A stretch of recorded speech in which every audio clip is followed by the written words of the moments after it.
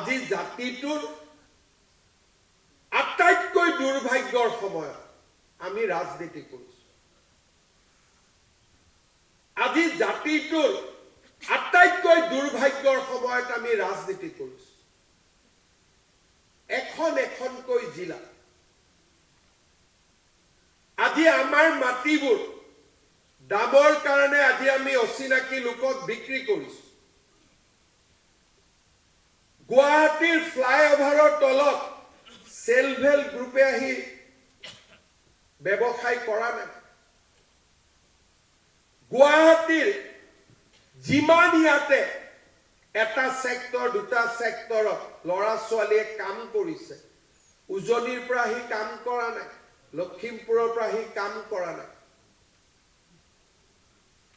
আজি উবেৰত বহি মাত্ৰ নামটো সুধিব, ফ্লাইঅভাৰৰ তলৰ দোকানীজনৰ মাত্ৰ নামটো সুধিব।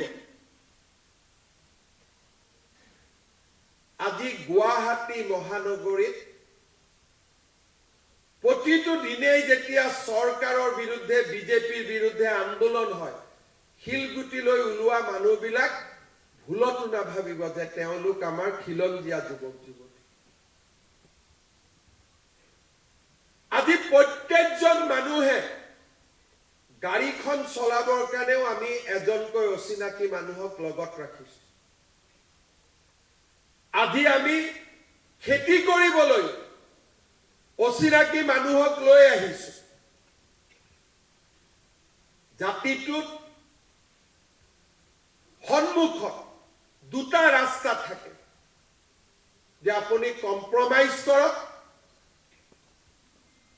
যেনেকে বাংলাদেশত 21% পৰা 19% পৰা 3% আপোনালোক নামি আহিলে, তেনেকেও প্ৰস্তুত থাকক। ল'ৰা ছোৱালীৰ বিয়া সকলোৰে মাজত হ'ব, মাটি বাৰী সকলোৱে হ'ব। আমি ধৰ্ম নিৰপেক্ষতাক লৈ জীয়াই থাকিম।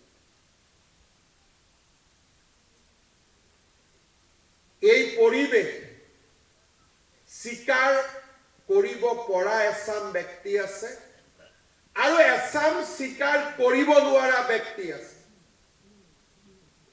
মম এটাত যেতিয়া অগ্নি সংযোগ হয়, মমডালে জানে যে এই জুৱেই মোক নিঃশেষ কৰিব, কিন্তু তথাপিতো মমে পোহৰ দি থাকে।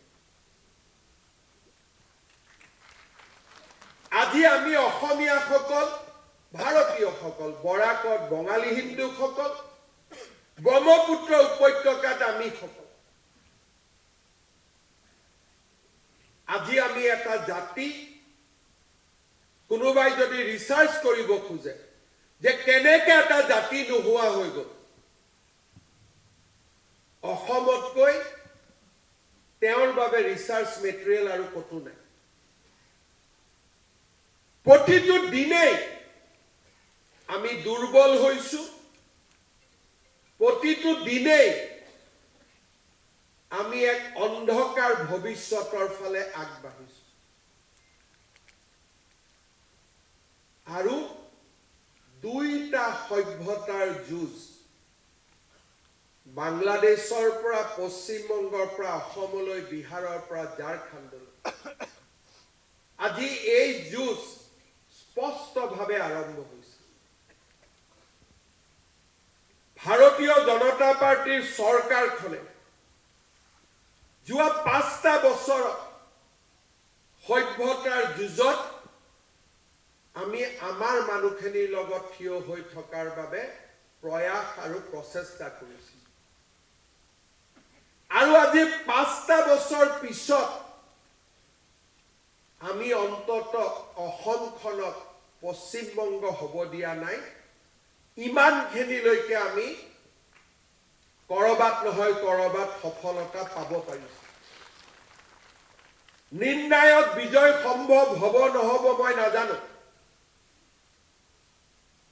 কিন্তু প্ৰথমবাৰৰ বাবে অসম আন্দোলনৰ আৰু আমাৰ মানুহবিলাকে যি কাম জীৱনকালত চাই যাব বিচাৰিছিল, তাক আমি কৰবাত নহয় কৰবাত অকণমান আমি আৰম্ভণি কৰিব পাৰিছো।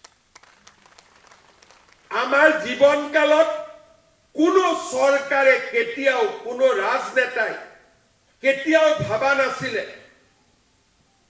যে 1,45,000 বিঘা মাটিত উচ্ছেদ অভিযান হ'ব পাৰে।